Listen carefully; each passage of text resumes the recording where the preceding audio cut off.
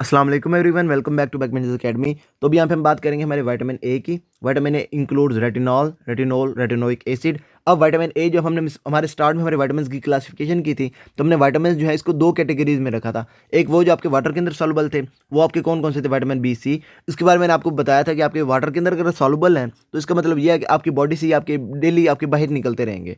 तो इसके लिए आपने क्या करना है, इन दोनों को आपने डेली बेसिस पे लेना है। इसके अलावा हमारे थे वहाँ पे फैट सॉल्युबल विटामिन, वो हमारे कौन से थे, एडेक। अब उसमें क्या है, आपका विटामिन ए, डी, ई के, ये आपके क्या है, आपके फैट सॉल्युबल विटामिन हैं। अब ये जो है फैट सॉल्युबल है, इसकी वजह से आपको जो है इसको डेली बेसिस पे लेना नहीं पड़ता। लेकिन इसकी क्या है, आपकी वहाँ पे बॉडी के अंदर डेफिशिएंसी हो सकती है। लेकिन डेफिशिएंसी के साथ साथ इनका वहाँ पे जो है एक्सेस होना, क्योंकि आपके फैट्स के अंदर है तो इसका एक्सेस होना वहाँ पे ज़्यादा है।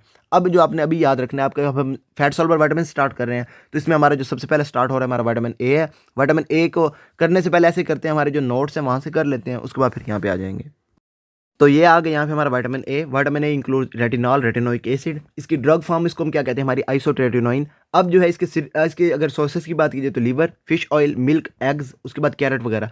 कैरेट के अंदर आपने यहाँ पे याद रखना है कि आपकी कैरेट के अंदर आपकी होती है बीटा कैरोटीन। अब beta carotene in presence of T3 T4 आपकी कन्वर्ट हो जाती है इनटू विटामिन ए। अब अगर आपकी बॉडी के अंदर T3 T4 नहीं पड़ा हुआ, मतलब ये आपकी बॉडी के अंदर आपकी है हाइपोथायरॉयडिज्म, T3 T4 नहीं है।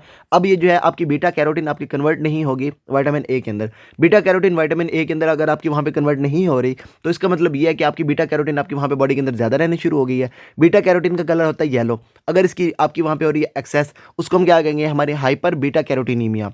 अब ये जो है आपकी स्किन के अंदर डिपॉजिट होना शुरू हो जाएगी, और येलो कलर होने की वजह से आपकी जो स्किन है वो भी आपकी क्या हो जाएगी, येलो। तो येलो डिस्कलरेशन ऑफ स्किन जो है आपकी वो इसके अंदर हो जाएगी यहाँ पे हाइपर बीटा कैरोटीनीमिया में। लेकिन अब जब आपके पास पेशेंट आया, तो आपने जब उसकी येलो कलरेशन देखी, आपको यूँ लगेगा कि पेशेंट जो है उसको वहाँ पे आपकी जॉन्डिस हुआ हुआ है। लेकिन जॉन्डिस और इसमें डिफरेंशिएटिंग क्या है कि जॉन्डिस में आपकी जो आइज़ हैं वो भी आपकी येलो हुई होती हैं, लेकिन हाइपर बीटा कैरोटीनीमिया में आपकी आइज़ जो है वो आपकी येलो नहीं होंगी। इसके बाद अगर इसके फंक्शंस की बात की जाए, तो फंक्शंस में इसका सबसे इंपॉर्टेंट फंक्शन, इसने क्या करना है, आपकी एपिथेलियम जो है उसकी मेंटेनेंस करवानी है, ग्रोथ में इसका काम है। उसके अलावा इसने रिप्रोडक्शन में आपके स्पर्मेटोजेनेसिस के अंदर आपका विटामिन ए पड़ा होता है वहाँ पे। उसके बाद रेटिनाल से अब रेटिना आया। रेटिना का काम क्या होता है, इसने आपको जो है नाइट में आपकी विजन देनी होती है। तो रेटिनाल आपका विटामिन ए जो है वो आपको क्या करेगा, रेटिनाल, रेटिनोल, रेटिनोइक एसिड आपको वहाँ पे नाइट विजन में आपकी हेल्प करते हैं। उसके अलावा ये क्या करेंगे, आपके एज एन ऑक्सीडेंट आपका जो है ये एंटीऑक्सीडेंट आपका वहाँ पे बिहेव करेंगे। उसमें आपने याद रखना है विटामिन ए, सी, ई आपके क्या है, एंटीऑक्सीडेंट है। उसके बाद जो हमारी विटामिन ए की जो आपकी ड्रग फॉर्म है आइसोट्रेटिनोइन, उसको आप एज अ ड्रग यूज़ करते हैं to treat severe nodular cystic की आपकी एक्निया। उसके अलावा आपकी सोरियासिस को ट्रीट करने के लिए आप यूज़ करते हैं। उसके अलावा हमारा जो है M3 variant of acute myeloblastic leukaemia, उसको ट्रीट करने के लिए हम उसको जो है आपका आइसोट्रेटिनोइन को आप यूज़ करते हैं वहाँ पे।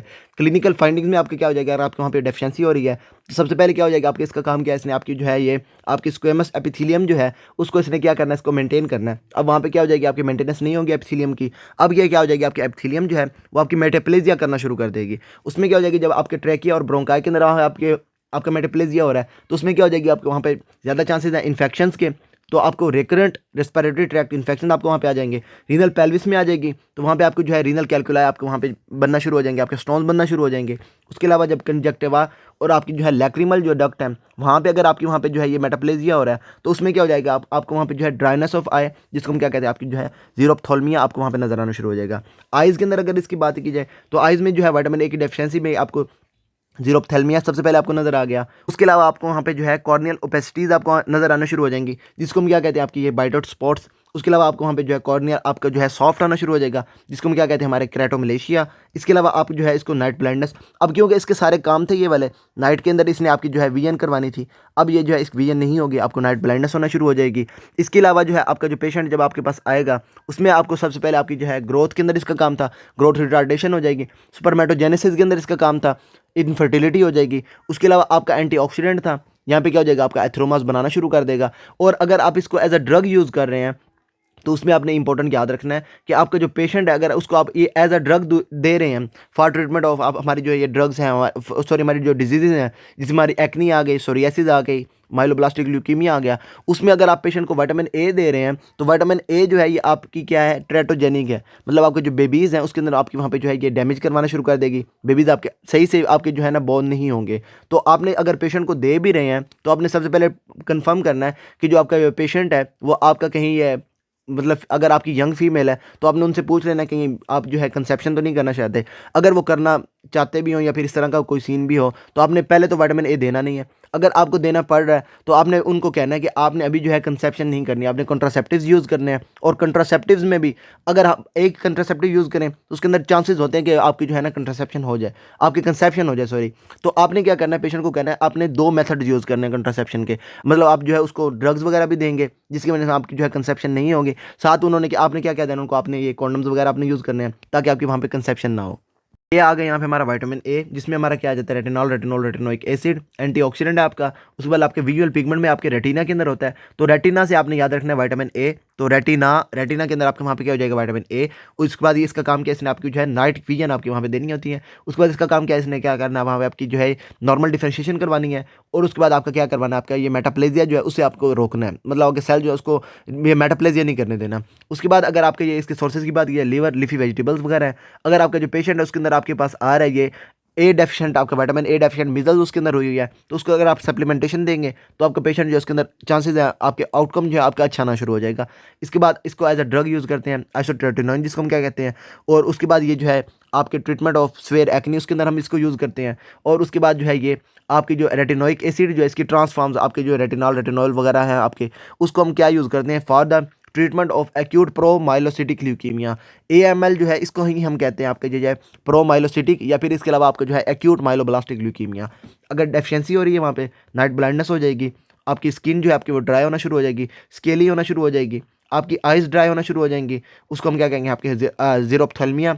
उसके बाद अगर आपकी स्किन ड्राई हो रही है उसको हम क्या कहेंगे, ज़ीरोसिस क्यूटिस। उसके बाद आपकी जो है अगर आपकी ये आपकी मेटाप्लेजिया करवा रही है तो कॉर्निया, जब आपका मेटाप्लेजिया हो जाएगा वहाँ पे आपके वाइट आउट स्पॉट आना शुरू हो जाएंगे। उसके बाद कॉर्निया आपका डिजनरेट होना शुरू हो जाएगा, सॉफ्ट होना शुरू हो जाएगा, केराटोमलेशिया इसको हम कहेंगे। उसके बाद आपके वहाँ पे क्या करवा देगा, आपकी इम्यूनोसप्रेशन करवा देगा। इसके बाद इसका काम क्या है, इसकी अगर एक्सेस हो रही है वहाँ पे, तो एक्सेस अगर इसकी एक्यूट हो रही है तो एक्यूट में आपके वही नोजिया, वॉमिटिंग, डायरिया वगैरह आपको नजर आ जाएगा। साथ एक इंपॉर्टेंट है वो ये कि आपके वहाँ पे जो है इंट्राक्रेनियल प्रेशर जो आपको वो बढ़ना शुरू हो जाएगा। इंट्राक्रेनियल प्रेशर अगर आपको वहाँ पे बढ़ रहा है तो आपको वहाँ पे जो है ये वर्टिगो, ब्लड विजन वगैरह आपको वहाँ पे आना शुरू हो जाएगा। और उसके बाद जो है इसकी क्रॉनिक टॉक्सिसिटी हो रही है, उसमें आपको क्या हो जाएगा, alopecia, dry skin, hepatotoxicity, liver enlargement वगैरह। और उसके बाद क्या हो जाएगा, आर्थरेजिया वगैरह आपको आना शुरू हो जाएगा, इडियोपैथिक इंट्राक्रेनियल हाइपरटेंशन वगैरह आपको। वही आपका इंट्राक्रेनियल प्रेशर क्योंकि बढ़ा रहा है, अगर इसकी मतलब क्रॉनिकली आपकी एक्सेस हो रही है वहाँ पे, तो आपको वहाँ पे क्या हो जाएगा, इंट्राक्रेनियल हाइपरटेंशन आपको वहाँ पे मतलब मोस्टली रहेगी आपको वहाँ पे।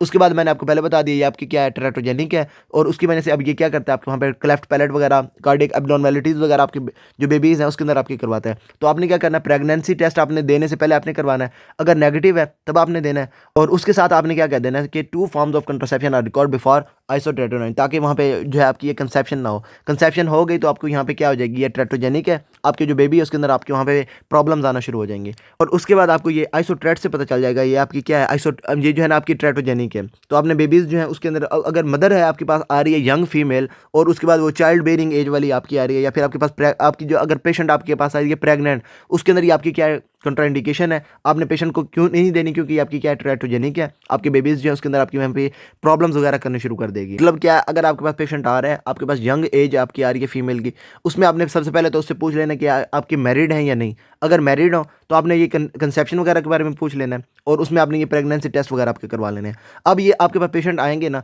तो आपने उसको ट्रीट करने के लिए क्या किया, आपने फॉर एग्जाम्पल आपका पेशेंट जो है उसके अगर आपने ट्रीट करना है उसकी ये सोरियासिस को, उसके अलावा एक्नी वगैरह को ट्रीट करना है, उसके अलावा ये आपके जो है AML को आपने ट्रीट करना है, उसके लिए आप इसको यूज़ करेंगे। तो आपने ये ड्रग देने से पहले आपने उनका जो है ना कन्फर्म कर लेना है ये कंसेप्शन के बारे में, क्योंकि आपकी ये ट्रेटोजेनिक है, और ट्रेटोजेनिक होने की वजह से आपकी जो बेबीज़ हैं उसके अंदर वहाँ पे आपकी जो है प्रॉब्लम्स आना शुरू हो जाएंगी। तो बाकी ये हमारी जो है ना विटामिन ए इसके अंदर यही था। अगर आपको इसके अंदर कोई भी प्रॉब्लम है तो you can ask me, and till then अल्लाह हाफ़िज़। Give a damn about a hater when I feel like it. Not today, not today, not today, not tomorrow. Get out my way, please, I'm tryna get paid. Not today, not today, not today, not tomorrow. Get out my way, please, I'm tryna get paid. I've been broke for 27 years, I ain't gone for 28. Been seeing